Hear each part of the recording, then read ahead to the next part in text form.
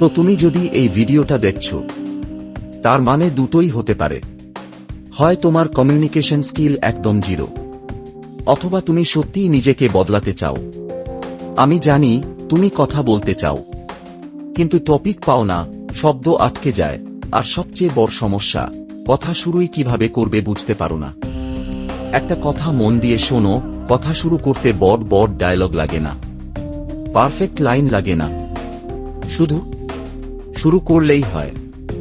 নিয়ম নাম্বার 1, চারপাশে তাকাও। যা দেখছো সেটার ওপরই কথা বলো। আজ তো ক্লাসটা ভীষণ ফাস্ট যাচ্ছে, তাই না? ব্যাস, অকওয়ার্ড সাইলেন্স শেষ। নিয়ম নাম্বার 2, স্মার্ট প্রশংসা। শুধু বলো না ভালো লাগছে, একটু টুইস্ট দাও। তোমার হেয়ার স্টাইলটা দারুণ, এটা তোমার আইডিয়া না স্যালুনের। দেখবে সামনের মানুষটা নিজেই কথা বলতে শুরু করবে। নিয়ম নাম্বার 3, প্রশ্ন করার খেলা। হ্যাঁ না প্রশ্নে কথা মরে যায়, খোলা প্রশ্নে কথা বাঁচে। ক্রিকেট ভালো লাগে, ভুল। ক্রিকেটটা কেন এত পছন্দ, একদম ঠিক। আজই একটা চ্যালেঞ্জ নাও, একটা অবজারভেশন, একটা প্রশংসা, আর একটা খোলা প্রশ্ন।